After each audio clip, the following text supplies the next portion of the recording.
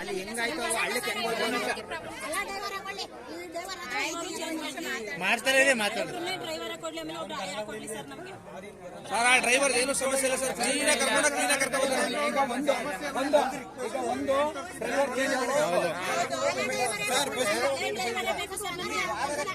Sir bus 2-3 ಆಗ್ಬೇಕು sir ಒಂದೇ bus ಇರೋದ್ರಿಂದ 8 ಗಂಟೆಗೆ ಹೋಗಿ ಬರ್ತಾರೆ 10:30 ಕ್ಲಾಸ್ ಇರೋದು ಅಲ್ಲ ಒಂದ್ ನಿಮಿಷ ಈಗ 10ವರೆಗೆ ಕ್ಲಾಸ್ ಇರೋಂಥದ್ನ 7ವರೆಗೆ ಬಿಡ್ತಾರೆ ಅಂತ ಅದು ನಿಮ್ ಪೋಷಕರ ಜವಾಬ್ದಾರಿ. ನೀವು ಈಗ ಆಯ್ತು ಒಂದ್ ನಿಮಿಷ ಹೇಳಿ ಇಲ್ಲಿ ಈಗ ಅವ್ರನ್ನ ಬಸ್ ಓಡಿಸ್ಲೇಬೇಕು ಅಂತ ನಮ್ ಇಲಾಖೆ ಹೇಳಲ್ಲ, ಅವ್ರ ಬಸ್ ತಗೊಳ್ಳೇಬೇಕು ಅಂತ ಇಲಾಖೆ ಹೇಳಲ್ಲ. ಇಲಾಖೆ ಹೇಳುವಂತದ್ದೇನೋ ಅನುಮತಿ ಕೊಟ್ಟಿದೆ. ಏನಂತ ನೀವು ಇಲಾಖೆ ಷರತ್ತುಗಳನ್ನ ಹಾಕಿದೀವಿ, ಕಂಡೀಷನ್ಗಳನ್ನ ಹಾಕಿವಿ, ಅದ್ರ ಪ್ರಕಾರ ಶಾಲೆ ನಡೆಸಿ ಅಂತ ಹೇಳಿದೀವಿ ಅವ್ರನ್ನ.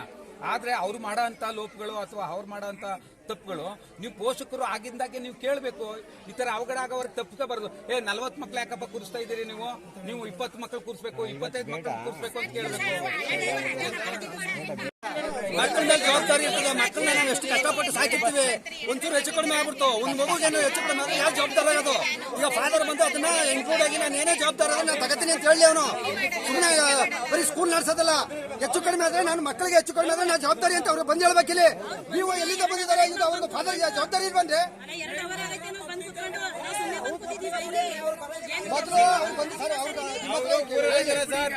ಅವರು ಸರ್ ಈ ತರ ಅಂತಂದ್ಮೇಲೆ ಅವರು ಬೆಂಗಳೂರಲ್ಲ ಹೈದರಾಬಾದ್ ಅಲ್ಲಿ ಬರ್ಲೇಬೇಕು ಸರ್. ಅಲ್ಲ ಹಂಗಾದ್ರೆ ಸ್ಕೂಲ್ ಮಕ್ಳುಗಳು ಏನೇ ಒಂಚೂರು ಹೆಚ್ಚು ಕಮ್ಮಿ ಆಗ್ಬಿಟ್ಟು ಯಾವ ಊರಲ್ಲಿ ಬರ್ತಾ ಇದಾರೆ, ಎಲ್ಲಿ ಟರ್ನಿಗಳಿದ್ದಾರೆ ಏನು ಅಂತ ಅಂದ್ಬಿಟ್ಟು ಪ್ರತಿಯೊಂದು ಕೂಡ ಟ್ರ್ಯಾಕ್ ಆಗಬೇಕು.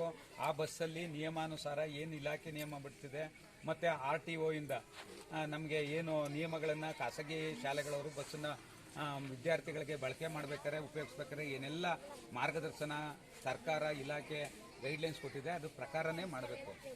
ನೀವು ಮಾಡಲಿಲ್ಲ, ಅದ್ರ ಪ್ರಕಾರ ಮಾಡಲಿಲ್ಲ, ಮಕ್ಕಳನ್ನ ಹೇಗೆಗೋ ತುಂಬ್ಕೊಬಿಟ್ಟು ಯಾವ್ಯಾವುದೋ ನೀವು ಮಾಡಿದ್ರೆ ತಪ್ಪಾಗ್ತವೆ. ಇದು ಕಾರಣ ಏನು ಹೇಳಿ, ನನಗೆ ಗೊತ್ತಾಗಲಿಲ್ಲ ವಿಚಾರ. ಮಕ್ಕಳುಗಳು ವ್ಯಾನ್ ಅಲ್ಲಿ ತುಂಬಾ ಜನ ಮಕ್ಕಳವ್ರೆ ಸರ್. ಸಪರೇಟ್ ಒಂದು ವ್ಯಾನ್ ಕೊಡ್ಬೇಕು ಸರ್. ಆಮೇಲೆ ಒಬ್ರು ಆಯಾ ಇರಿಸಬೇಕು ಸರ್. ಅವ್ರು ವ್ಯಾನ್ ಅಲ್ಲಿ ಆಯಾ ಇಲ್ಲ ಸರ್. ಆ ಮಕ್ಳು ಹತ್ತೋದು ಅವರೇ ಕುತ್ಕೊಳ್ಳೋದು. ಆಮೇಲೆ ನೋಡ್ಕೊಳಕ್ಕೆ ಸರಿಯಾದ ರೀತಿ ಒಬ್ರು ಆಯಾ ಇಲ್ಲ. ಮಕ್ಳು ನೋಡ್ಕೊಳಕ್ಕೆ ಒಬ್ರು ಆಯಾ ಹಾಕ್ಲಿ. ಆಮೇಲೆ ಸಪರೇಟ್ ಇನ್ನೊಂದು ವ್ಯಾನ್ ಹಾಕೊಡ್ಬೇಕು ಸರ್. ಲೋಡ್ ಐತಾರ ಸರ್ ಮಕ್ಳು 400-500 ಇಂದ ಸುಮಾರು ಮಕ್ಳು ಐತವೆ. ಯಾಕಂದ್ರೆ ಸುಮಾರು ಮಕ್ಳು ಬರ್ತವೆ ಸರ್.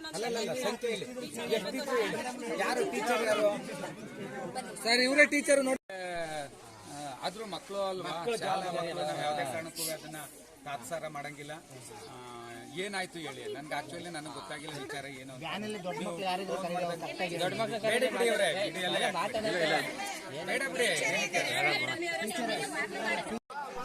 ಇದು ಬಸ್ಸು ಬ್ರೇಕ್ ಸರಿಯಾಗಿ ಹಿಡಿದೇನೆ ರಿಪೇರಿ ಆಗಿತ್ತಂತ.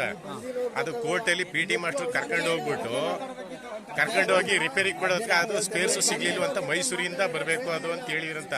ಅಲ್ಲಿವರೆಗೆ ಅಡ್ಜಸ್ಟ್ ಮಾಡ್ಕೊಂಡು ಸ್ವಲ್ಪ ಓಡಿ ಅಂತ ಹೇಳಿದ್ರಂತ ಡ್ರೈವರ್ಗೆ. ಅದು ಡ್ರೈವರು ಬರಬೇಕು, ಸ್ವಲ್ಪ ಕರೆಸಕ್ಕೆ ಹೇಳಿ ಡ್ರೈವರ್ನ.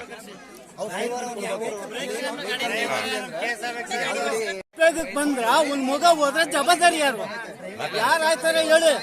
ಇರೋ ಜನಗಳ ಬಂದ್ರ ಒಂದ್ ಮಗ ಹೆಚ್ಚು ಕಮ್ಮಿ ಆಯ್ತು, ಯಾರು ಜವಾಬ್ದಾರಿ? ನಾನ್ ಕೇಳ್ತಾ ಇರೋದು ಅದನ್ನ 4 ಜನ ನಿಂತ ಮಾತಾಡೋದಲ್ಲ. ಎಲ್ಲವರೇ ಏನು ಅಂತ ಕರೆಕ್ಟ್ ಮಾಹಿತಿ ಕೊಡಿ. ಬೆಂಗಳೂರಲ್ಲಿ ಒಂದ್ 2 ದಿನ ಟೈಫಾಯ್ಡ್ ಆಗಿದೆ. ಕೆಲವು ಜನ ಹೇಳ್ತಿದ್ದಾರೆ ಇಲ್ಲ ಇದಾರೆ ಅಂತ ಹೇಳ್ತಿದಾರಲ್ಲ ಫಾದರ್. ಆಯ್ತು ಈಗ ಫೋನ್ ಮಾಡಿ ನಿಮ್ಮನ್ನ ಮಾಡಿ ಮೇಡಮ್. ತೆಗಿತಾ ಇಲ್ಲ ಅಂದ್ರೆ ಇನ್ಯಾತಕ್ಕೆ ಮತ್ತೆ ಮೇಡಮ್ ವಿಷಯ ಮುಟ್ಸಿದ್ದೀರಾ ಅವ್ರಿಗೆ?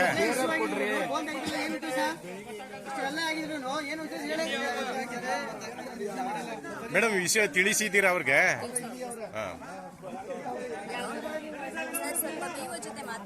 ಕೊಡಿ ಇಲ್ಲಿ ಕೊಡಿ ಒಂದು ನಿಮಿಷ. ನಮ್ಮ ಕೋಟೆ ಸ್ಕೂಲ್ ಅವರು ಯಾರು? ಅಕ್ಷಯ್ ಸರ್. ಹಲೋ